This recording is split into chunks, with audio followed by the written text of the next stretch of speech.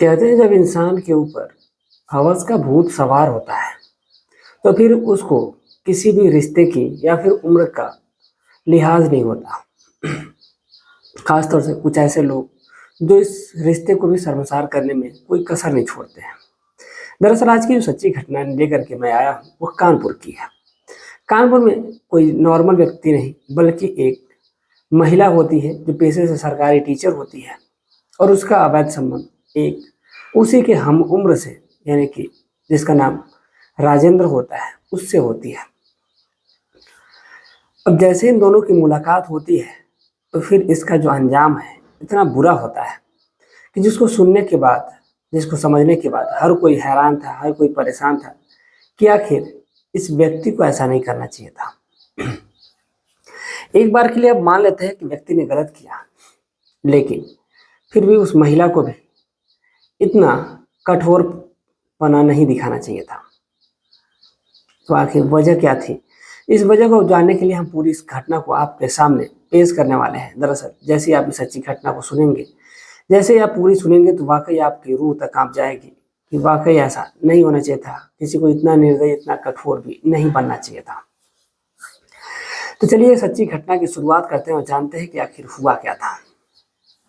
नमस्कार, प्रणाम, मैं अविनाश। वारदात तक के एक नए एपिसोड में आज ही सच्ची घटना के साथ आप लोगों के बीच में आया हूँ। ये सच्ची घटना कानपुर की है। दरअसल कानपुर में एक गांव लगता है जिसका नाम रामपुर है। बात कर रहा हूँ मैं 14 सितंबर 2016 की। ये घटना तभी से शुरू होती है। एक महिला होती है जिसका नाम रितु होता है। रितु ज़्यादा बढ़िया फैमिली से नहीं थी, यानी कि ज़्यादा पैसे वाले से नहीं, मीडियम फैमिली से होती है। घर के लोग जो है वो पढ़ाई लिखाई उसकी कंप्लीट करवाते हैं और पढ़ाई लिखाई कंप्लीट करने के बाद जो रितु है वो टीचर की तैयारी में लग जाती है। और जैसे ही टीचर की तैयारी में लगती है तो फिर कुछ समय की यानी कि 2 साल की मेहनत के बाद उसको सफलता हासिल हो जाती है और वो सरकारी टीचर बन जाती है। अब जैसे ही सरकारी टीचर बनती है उसके परिवार वाले उसकी शादी के लिए रिश्ता खोजने लगते हैं। अब रिश्ता खोजते खोजते फिर एक परिवार मिलता है जिस परिवार में जो लड़का होता है जिसका नाम राकेश होता है। राकेश से उसकी शादी होती है। जब राकेश से उसकी शादी हो जाती है तो सब कुछ एक तरह से ठीक ठाक हो जाता है, सब कुछ सही चलने लगता है। अब जैसे ही सब कुछ सही चल रहा था तो फिर इन दोनों के बीच में इनके 2 बच्चे भी होते हैं, एक लड़का और एक लड़की होती है। अब दोनों की उम्र बढ़ रही है, लड़के और लड़की दोनों पढ़ रहे हैं और वक्त का जो पहिया है वो तेजी से चल रहा है। और ऐसे ही वक्त कट रहा था, कुछ समय बीतता है, यानी कि जब लड़के और लड़की की जो उम्र है वो तकरीबन जब ये लोग 16-17 साल के हो जाते हैं। दरअसल जो मैंने आपको बताया कि ये सच्ची घटना 2016 से शुरू होती है, उससे हम लोग बहुत साल पहले आए। अभी असली कहानी जो है वो 2016 में शुरू होने वाली है। दरअसल जैसे उनके बच्चे बड़े होते हैं तो फिर एक दिन ये बच्चे जो हैं वो जैसे ही बड़े होते हैं फिर वो बाहर जाने की बात करते हैं और वहाँ से वो सीधा दिल्ली जाने की बात करते हैं पढ़ने के लिए। और वहाँ से वो दिल्ली चले भी जाते हैं, जाकर वहीं पर अपनी पढ़ाई लिखाई शुरू कर लेते हैं। इधर अब घर में बचती है तो रितु और उसका पति। अब जैसे ही वक्त कटता है तो एक दिन जो राकेश है वो अपनी ड्यूटी से लौट रहा था और लौटते वक्त ही उसकी कार दुर्घटना हो जाती है और उसी दुर्घटना में उसकी मौत हो जाती है। अब जैसे ही मौत होती है तो फिर परिवार के ऊपर दुखों का पहाड़ टूट पड़ता है। अब इधर जो रितु है इसकी उम्र यही कोई 35-36 साल के करीब रही होगी और इसका जो पति है वो भी हम उम्र ही था लगभग। तो इसीलिए जब उसकी मौत हो जाती है तो फिर अब इधर परिवार में मातम सा छा जाता है और कुछ वक्त गुजरता है। जो क्रियाक्रम की प्रक्रिया होती है वो सारी की करी जाती है और करने के बाद सब कुछ जब सही तरीके से हो जाता है फिर आखिर अब रितु जो है वो अकेली पड़ जाती है। अब परिवार वाले कहते हैं कि तुम्हारे बच्चे बड़े हैं, अगर तुम चाहो तो शादी कर सकती हो क्योंकि वो तो बड़े हैं और उनके भी लिए एक पिता का सहारा मिल जाएगा। तो वो कहते हैं कि नहीं, उसको सहारा किसी की ज़रूरत ही नहीं है और वो किसकी भी उसको ज़रूरत नहीं है, वो अपने बच्चों के सहारे ही अपना जीवन काट लेगी।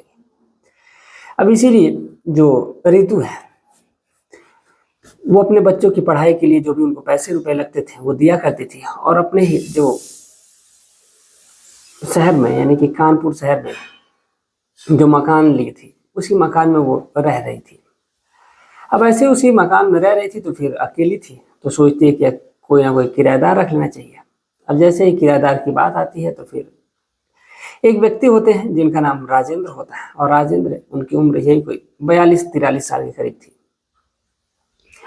और वो भी अपने ड्यूटी पीरियड में थे, और वो भी सरकारी नौकरी करते थे। तो उनका ट्रांसफ़र हुआ था, और वो जैसे ट्रांसफ़र उनका होता है तो फिर आकर के वो वहीं पर रहने लगते हैं। उनको किराए के लिए रूम की ज़रूरत थी, तो फिर वो जैसे ही देखते हैं टॉयलेट का बोर्ड लगा हुआ था, तो जाते हैं और बातचीत करते हैं, और बातचीत करने के दौरान सब कुछ सही होता है। तो कहती है कि ठीक है, डॉक्यूमेंट वगैरह लेकर के, और उनको जो ऊपर का कमरा है वो दे देती है। और जो ऊपर का कमरा है वो राजेंद्र को मिल जाता है, और राजेंद्र के भी बच्चे होते हैं। तो राजेंद्र का एक लड़का होता है और एक लड़की उसकी भी होती है। अब ये जो दोनों लड़के हैं इसके इलाहाबाद जैसे शहर में पढ़ते रहते हैं, वहाँ पर पढ़ाई का माहौल अच्छा है, तो फिर वहीं पर पढ़ते हैं। और पढ़ने के साथ साथ जो भी उसके पैसे रुपए के खर्च आता था, वो सारे पैसे रुपए राजेंद्र दे दिया करता था। क्योंकि राजेंद्र की भी एक मजबूरी थी, एक कमी थी कि राजेंद्र की भी जो पत्नी थी वो कुछ समय पहले ही एक्सपायर कर चुकी थी। यानी कि राजेंद्र भी अब अकेला है, और इधर जो ऋतु है वो भी अकेली है। इन दोनों की बातचीत हुआ करती थी, और बातचीत के दौरान ऐसा लगता था कि हाँ, ये दोनों ठीक हैं और दोनों अपने गम को भूल चुके हैं। और जो राजेंद्र के बच्चे हैं उनको भी ये लगता था, और जो ऋतु के बच्चे हैं उनको भी ये लगता था कि ठीक है, ये लोग बातचीत किया करते हैं तो कोई दिक्कत है नहीं। मान लीजिए कि माँ भी अकेली है, तो ये अंकल का सहारा मिल गया, तो अपना बातचीत करके लोग टाइम पास कर लिया करेंगे। और जिस उम्र में वो लोग थे उस उम्र में कोई शक भी नहीं करता है। लेकिन जो ऋतु थी वो लग नहीं रही थी कि हाँ, वो 35-36-37 साल की औरत है। उसने खुद को बहुत ही काफ़ी ज़्यादा मेंटेन करके रखा, क्योंकि सरकारी नौकरी होती है तो पैसे रुपए कोई दिक्कत होती नहीं, और ना ही कोई टेंशन होती है, तो लोग खुद को मेंटेन भी कर लिया करते हैं। और ऐसा ही कुछ था ऋतु के साथ। लेकिन जो राजेंद्र था वो काफ़ी एजेड लग रहा था। लेकिन अब धीरे धीरे इन दोनों की जो ज़रूरतें थे, क्योंकि बच्चे दोनों के बाहर थे और ये दोनों घंटों वक्त गुजारा करते थे, और ऐसे ही करते करते कुछ समय बाद ही इन दोनों के बीच में पता ही नहीं कि चला, इन दोनों को कब देखते ही देखते प्रेम हो गया, और ये दोनों एक दूसरे के करीब आ जाते हैं। अब जब एक दूसरे के करीब आ जाते हैं तो ये सिलसिला अब शुरू हो जाता है, और जैसे ये सिलसिला शुरू होता है तो फिर एक बार शुरू होता है तो फिर थमने का नाम ही नहीं लेता है। अब सब कुछ सही चलने लगता है, और फिर ये दोनों एक दूसरे के साथ जब भी इनको मन होता है एक दूसरे के साथ शारीरिक संबंध बनाते हैं। ये सिलसिला अब चल रहा था। दरअसल इनका दौर जो शुरू होता है वो साल 2016 का जो 26 तारीख है, 26 तारीख को ही ये दोनों एक दूसरे के साथ हम बिस्तर होने की सोचते हैं, और वो कमरे में जाते हैं, और कमरे में जा करके एक दूसरे के साथ शारीरिक संबंध बनाते हैं, और यही से सिलसिला शुरू होता है। अब जैसे ये सिलसिला जब शुरू होता है तो फिर वक्त का पहिया तेजी से चलने लगता है। जब भी इनका मन होता है, जब भी इनका मूड होता है, तो ये एक दूसरे के साथ शारीरिक संबंध बनाते हैं। अब जो ऋतु भी थी, अब ये भी ज़्यादा वक्त अब राजेंद्र के साथ गुजारा करती थी, और राजेंद्र भी अब उसी के साथ वक्त गुजारा करता था। दोनों अब एक दूसरे के साथ पति पत्नी की तरह एक ही कमरे में रहा करते थे। कुछ समय बीतने के बाद जो राजेंद्र है, राजेंद्र जो है उसका वो एक तरह से कह लीजिए कि उम्र खत्म होने की कगार पे थी, और फिर वो रिटायर हो जाता है। अब जैसे जब वो रिटायर होता है तो फिर उसको अच्छी खासी रकम भी मिल जाती है। तो वो जो रकम थी उसको तो मान लीजिए उसने अपने बच्चों में भी डिवाइड कर दिया, और कुछ पैसे बचे थे तकरीबन 5-6 लाख रुपए, तो उसने वो ऋतु को दिए थे, और बच्चे अपने में मस्त हुआ करते थे, और उनको पढ़ाई लिखाई के लिए जो पैसे वो राजेंद्र दिया ही करता था। लेकिन अब ऐसे ही वक्त कट रहा था, तो वक्त के साथ साथ जो राजेंद्र है वो अपने बच्चों को पैसा देना अब बंद कर देता है, और जैसे ही वो बच्चों को पैसा देना बंद करता है तो भी बच्चे परेशान होते। मान लीजिए कि बच्चे पढ़ रहे हैं बाहर, और कोई बीटेक कर रहा है तो कोई एमटेक कर रही थी, वैसे करके उन लोगों की इंजीनियरिंग की पढ़ाई चल रही थी, तो उसमें पैसा भी आप लोगों को पता ही है कि ज़्यादा लगता है। लेकिन जब राजेंद्र पैसा देना बंद कर देता है तो बच्चे परेशान हो जाते हैं, और एक दिन वो घर पे आते हैं। जब घर पे आते हैं तो फिर जो घर का मेन गेट होता है वो खुला ही रहता है, और वो अंदर जाते हैं, और अंदर जाने के बाद जो लड़का है वो देखता है कि अंदर से कुछ अजीबोगरीब आवाज़ें आ रही हैं। तो फिर लड़का जो है अपनी बहन को कहता है कि तुम बाइक लेकर बाहर जाओ, मैं देखता हूँ अंदर। वो देखता है तो देख करके वो मानो एकदम सन्न सा रह जाता है। और वो कहता है कि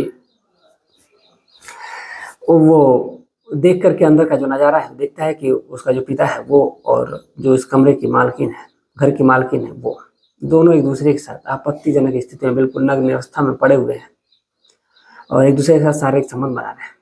अब ये बात जाकर के वो अपनी बहन को भी बताता है। तो उसकी बहन कहती है कि कोई बात नहीं है, वो भी दोनों अकेले हैं, माँ के मरने के बाद पिताजी भी अकेले हो गए और वो भी अंकल के मरने के बाद मालकिन भी अकेली हो गई हैं, तो इसीलिए वो दोनों एक दूसरे के साथ संबंध बना रहे हैं, तो कोई दिक्कत की बात नहीं है, इसमें क्या है। फिर कुछ समय बीतता है, बीतने के बाद जब दरवाजा खोलते खटखटाते हैं सब कुछ देर बाद, तो फिर वो कहता है कि अरे तुम दोनों कब आए। तो वो कहता है कि बस पिताजी अभी आए। वो दोनों बातों को इग्नोर कर देते हैं और इग्नोर करने के बाद फिर वो बातचीत करने लगते हैं। बातचीत करने के बाद कुछ समय जब बीतता है, नहीं कि जब दोनों फ्रेश वगैरह हो जाते हैं, फिर अपने पिताजी से कहते हैं कि आप पैसे क्यों नहीं दे रहे हैं। तो वो कहता है कि वो पैसे तो जो भी आते हैं मैं तुम्हें दे ही दिया करता हूँ, जो भी पैसे मिले थे वो दे देता हूँ, और बाकी इधर मेरी जो पेंशन है वो रुकी हुई है। और वो कहते हैं कि ठीक है। एक बार जब 2 दिन का समय गुजरता है, दोनों दिन बीतने के बाद ही तीसरे दिन उसके पिता की जो पेंशन आनी होती है, और जैसे ही पेंशन आती है तो फिर जो भी पैसे थे वो सारे पैसे उठा करके लाता है और वो रितु को दे देता है, रितु के हाथ में रख देता है। अब जैसे रितु के हाथ में पैसे रखता है तो इस पर जो उसका लड़का था वो जा करके गुस्सा हो जाता है और कहता है कि ये आप इनको क्यों पैसे दिए हैं। तो वो कहता है कि रेंट बाकी था ज़्यादा महीने का, इसलिए मैंने पैसे इनको दे दिए। वो कहता है कि आपको ये नहीं पता है कि हमारी पढ़ाई लिखाई कैसे चलेगी, आप सारे पैसे इन पे लुटा रहे हैं। अब जैसे इस प्रकार की बातें करता है तो ऋतु भी गुस्सा होती है और राजेंद्र भी गुस्सा होता है, और राजेंद्र जो है वो गुस्सा हो करके वो चला जाता है वहाँ से और कहता है कि मुझसे बकवास मत करो। और जब वहाँ से वो चला जाता है तो वो कहता है कि मैं जा रहा हूँ गाँव, और वहाँ से राजेंद्र सीधा निकलता है और गाँव चला जाता है और अपनी लड़की को भी कहता है कि काम करो, तुम भी चलो यहाँ से। अब जैसे ये बात कहता है तो फिर जो लड़की होती है वो भी अपने पिता के साथ चली जाती है। अब घर में जो लड़का है वो नागेंद्र वो अकेले पड़ जाता है, और अकेले पड़ करके अब उस दिन उसकी बहस होती है ऋतु से, और ऋतु से जब बहस होती है तो फिर ऋतु पैसे देने से मना कर देती है। वो कहता है कि जो भी मैं पिताजी ने पैसे तुम्हें दिए वो पैसे वापस कर दो। अब जो ऋतु है वो पैसे देने से मना करती है, तो अब इस पर जो लड़का है वो भी गुस्सा होता है और गुस्से में उस पर हमला कर देता है और उसका गला दबा देता है। और जैसे ही गला दबाता है तो फिर बड़ा ही अजीब सा हो जाता है और वो महिला वहीं पर मर जाती है। और जैसे ही महिला मर जाती है तो फिर राजेंद्र है वो तो गाँव गया था, और जो लड़का उसका बेटा नागेंद्र वो अकेला था और उस औरत को देख करके ये खुद पे कंट्रोल नहीं कर पाता है। कहता है कि ऐसा क्या है जो मेरा पिता इसके पीछे दीवाना था। और कहीं ना कहीं लड़ाई झगड़े में उसके जो ब्लाउज थे और कुछ हिस्से थे वो फट चुके थे, और जिसको देख करके जो नागेंद्र वो बेचैन हो जाता है, और बेचैन होने के बाद ही वो परेशान हो जाता है और उस महिला के साथ शारीरिक संबंध बनाता है। और शारीरिक संबंध बनाने के बाद वहाँ से तकरीबन 2-3 बार वो संबंध बनाता है उस मरी हुई महिला के साथ, और वहाँ से फिर वो फरार हो जाता है। और जैसे वहाँ से जब फरार होता है तो फिर इधर नागेंद्र जब चला जाता है तो फिर 2 दिन तक जो इसकी ऋतु है इसके बच्चे जब फ़ोन करते हैं फ़ोन नहीं उठाते, तो बच्चे परेशान हो जाते हैं और बच्चे वहाँ से आनंद फानन में घर आते हैं कि माँ की तबीयत तो नहीं खराब हो गई। तो जैसे घर आते हैं तो फिर घर आने के बाद देखते हैं, दरवाज़ा खुलवाते हैं तो दरवाज़ा देखते हैं तो अंदर माँ मरी पड़ी हुई है। अब फिर वो अंदर फिर पुलिस को तुरंत फ़ोन किया जाता है, मौके पर पुलिस पहुँचती है, और जैसे मौके पर पुलिस आती है तो फिर पोस्टमार्टम किया जाता है। पोस्टमार्टम में ये पता चलता है कि इस महिला के साथ पहले इसको गला दबा करके मारा गया और मरने के बाद इसके साथ रेप किया गया। अब जैसे ही बच्चों के सामने ये बात रखी जाती है तो बच्चे बड़े परेशान हो जाते हैं। फिर पुलिस तफ्तीश में जुट जाती है, और जैसे तफ्तीश में जुटती है तो फिर पुलिस पूछताछ करती है कि आखिर बात क्या है। तो पता चलता है, पड़ोसियों से पूछने पता चलता है कि ये राजेंद्र से इसका अफेयर था और शायद कुछ झगड़ा भी हुआ था। तो जैसे ही राजेंद्र की बात आती है फिर पुलिस राजेंद्र के गांव पहुंचती है और राजेंद्र को उठाती है और राजेंद्र से पूछताछ करती है। तो फिर राजेंद्र कहता है कि ऐसा कुछ भी नहीं है, मैं तो चला आया था गुस्सा होकर के, और हम मेरे और बेटे के बीच में बहस हुई थी। और जब ऐसी बात होती है तो फिर पुलिस नागेंद्र को ढूंढती है। जो नागेंद्र है वो फरार चल रहा था, लेकिन पुलिस राजेंद्र से पूछने के बाद जब अपने उसके बेटे का नंबर ट्रेस करती है तो उसको दिल्ली से उठाया जाता है, और उठाने के बाद फिर उससे पुलिस जब पूछताछ करती है तो पता चलता है कि सारी जो सच्चाई है निकल करके सामने आती है कि पैसे को लेकर के बहस हुई थी, और बहस होने के बाद उसने उस महिला को मार दिया था। और उसको देख करके वो बेचैन हो उठा था, फिर इसीलिए उसने उसके साथ रेप भी किया था।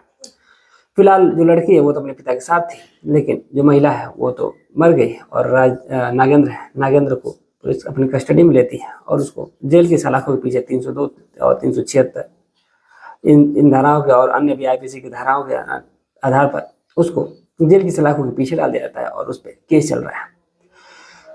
तो एक हवस की भूख में एक पूरा परिवार जो है जल करके बर्बाद हो जाता है और पैसे की चाहत में। हवस की भूख तो नहीं कहेंगे, क्योंकि बेटे ने देखा था और देखने के बाद भी, हालांकि रितु के भी बच्चों को ये पता था और राजेंद्र के बच्चों को ये पता चल गया था, तो फिर किसी ने ऐतराज नहीं किया था। लेकिन मेन मसला वही था कि वो पैसे की बात को लेकर के और सारा कुछ बर्बाद हो गया था। तो ये थी आज की पूरी कहानी। और पैसे को लेकर के, छोटी छोटी बातों को लेकर के लोग बहस कर लेते हैं और बहस करने के बाद ही सारे जो रिश्ते हैं, मान मर्यादा है, वो सारी एक तरह से ताक पर चली जाती है और सब कुछ बर्बाद हो जाता है। तो ये थी आज की पूरी कहानी। इस पूरी घटनाक्रम को सुनाने का उद्देश्य किसी की भावनाओं को ठेस पहुंचाना नहीं, बल्कि आपको जागरूक करना, आपको सचेत करना। आप जहाँ भी रहें स्वस्थ रहें, सुरक्षित रहें, अपना ख्याल रखें, अपने परिवार का ख्याल रखें। मिलते हैं एक और सच्ची घटना के साथ, तब तक के लिए जय हिंद, जय भारत।